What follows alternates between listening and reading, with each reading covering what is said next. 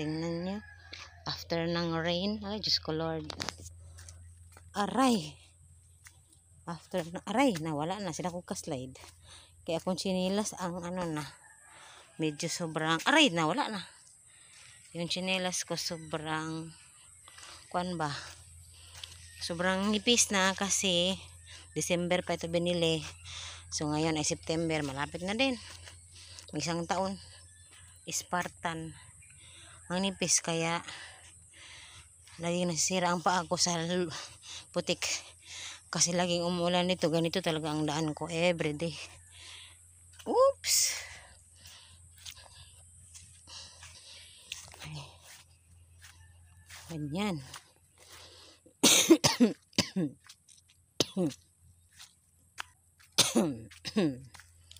Yan. Parang lugaw. Parang lugaw. Si Chris nandun sa likod. Na, tubig. Si Chris. Sasama ko kasi masama ang pakiramdam ko. Sabi ko tulungan niya ako doon kasi ako lang man mag-isa sa bahay. Wala man yung ano doon mga tao kaya pinatulong ko si Chris. Pero pag nandun yung amo, hindi ko papuntahin si Chris kasi nakakahiya naman din. So ngayon patulungin ko, masama ang pakiramdam ko. Yan. So hanggang dito na lang, hindi na ako mag-video doon. So yan, tapos na ako maghugas. Si Chris ay tinulungan ako, siya nag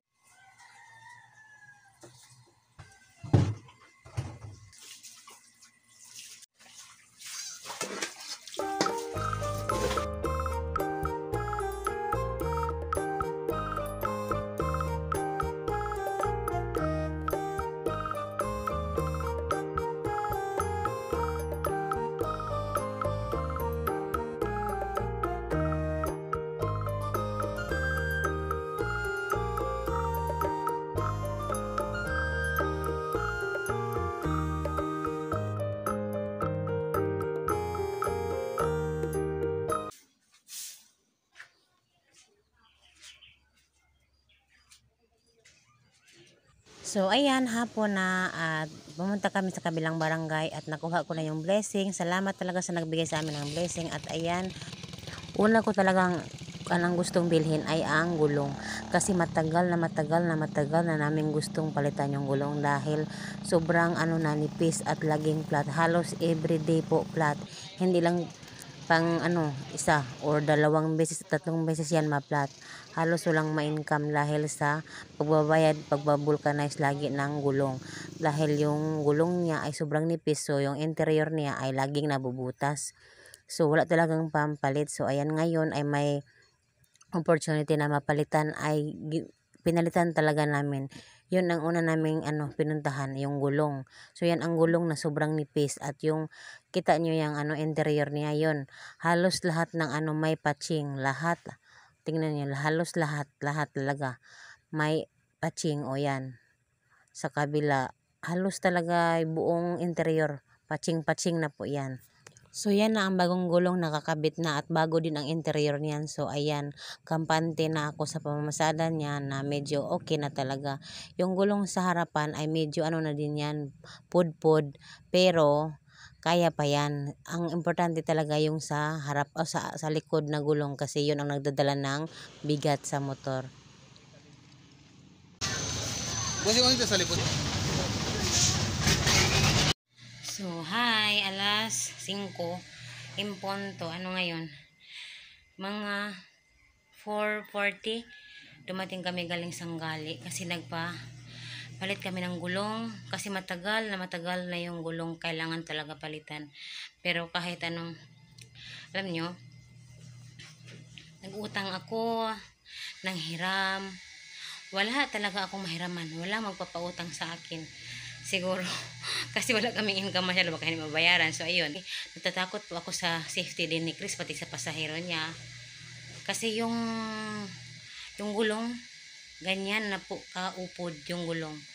So, may salamat talaga sa nagbigay sa akin ng blessing. Kaya hindi ko nabanggitin kasi ayaw din magpabanggit ni ma'am. Kaya yan, sobrang thank you po sa blessing kasi napapalitan ko na yung gulong, napalitan ko na yung interior. Medyo mahal-mahal pala yung gulong at yung pagpaayos din may bayad pa pala yun. Yung ulam ko, paanang manok 1/2 kilo lang 60 at may hotdog baon dulong bukas at gulay na patola 20 peso at oil, medya tampad, yun lang ang nabili ko. So, salamat, maraming salamat. Kasi wala talaga kami ngayon. Kahit bigas, wala kami sa bahay. Pero, ay, salamat talaga sa blessing. At medyo kampante na naman ako. So, andito ako katrabaho ngayon. Sila Chris doon nagluluto.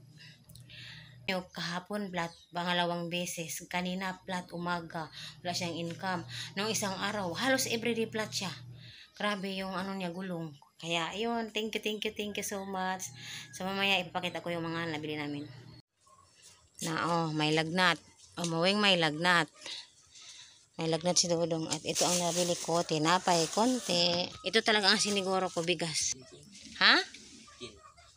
15 na dili 15. Oo, akong hipos. Ilantan. May lagnat si Dudong na naman. Hindi ko alam. So, ayan, yan ang siniguro ko, bigas talaga. Ayan. At ito ang nabili ko gulay.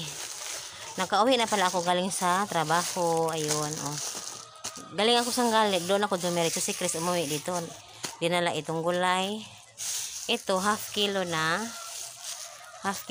paanang manok lang muna. Ang ipapakain ko sa mga matatanda. Ayan. Kasi, ayan, besta parang pambaon ni Dodong. So, ayan ang nabili ko sa blessing na natanggap ko ngayon. Tapos, magluluto ako kasi si Chris nasa labas. Nagsasaing na si Chris. Pagluto na lang ng ulam. Dubuhin lang yung paanang manok. Tapos na yan. Magluluto na ako sa Dudong. May lagnat. Hindi makatulong. Kasi masama ang pakiramdam. At ayan. Thank you for watching.